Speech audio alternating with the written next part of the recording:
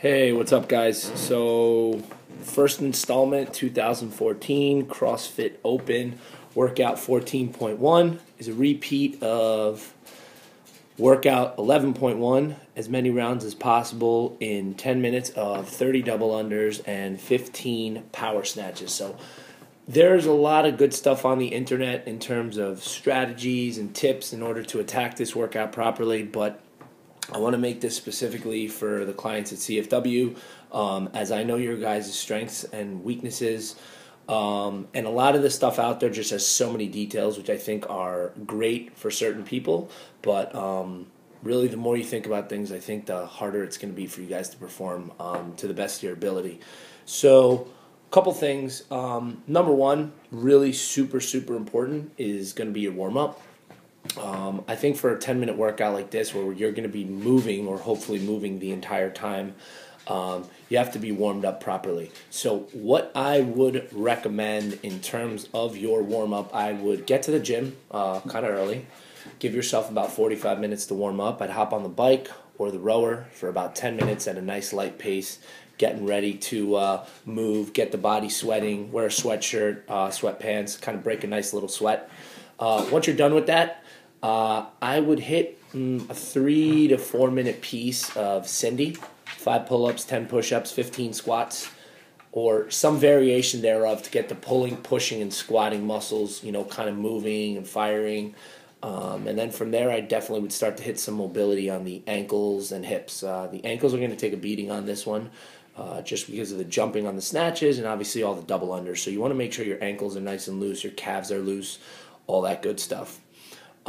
From there, I might hop back on the rower or the bike and think about getting a couple sprints in, 10, 15-second sprints with a 30 to 45-second rest, and do that a couple times just to get your heart ready to move at the speed that it's going to be moving. You want to think of this workout, you're going to be moving at about 85 to 95% of your heart rate intensity for 10 minutes, so you got to get your body ready to do that.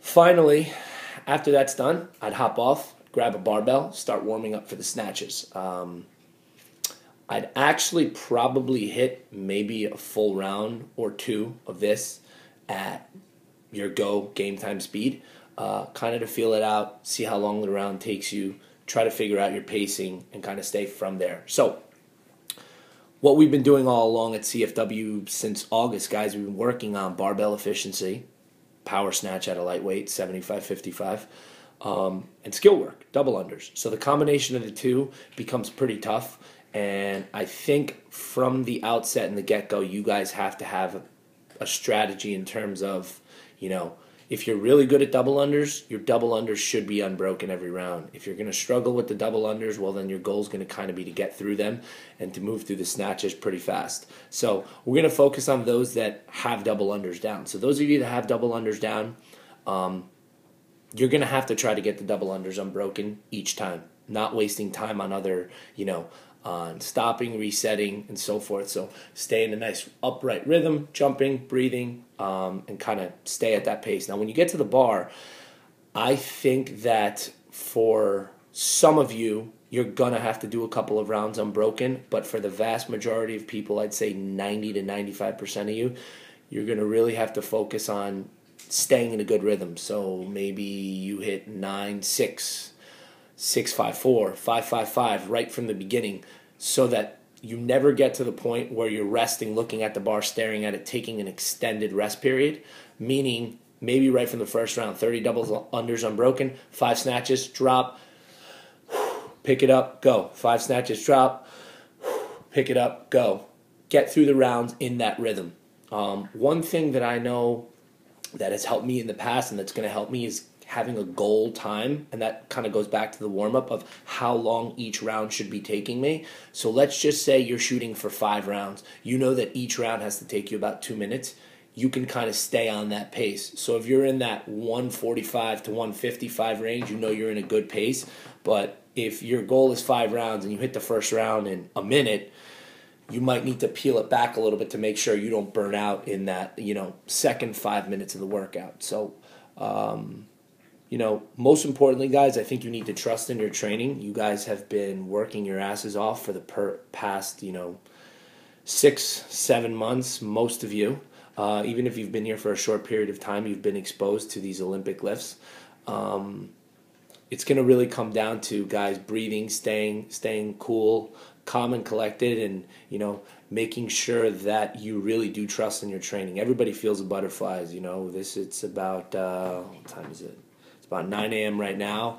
I'm thinking about my strategy, how I'm going to attack the workout, and I definitely have the butterflies, and I'm feeling it. I'm a little nervous, but at the end of the day, I have to trust that all the stuff I've been doing has prepared me to the best of my ability to perform today.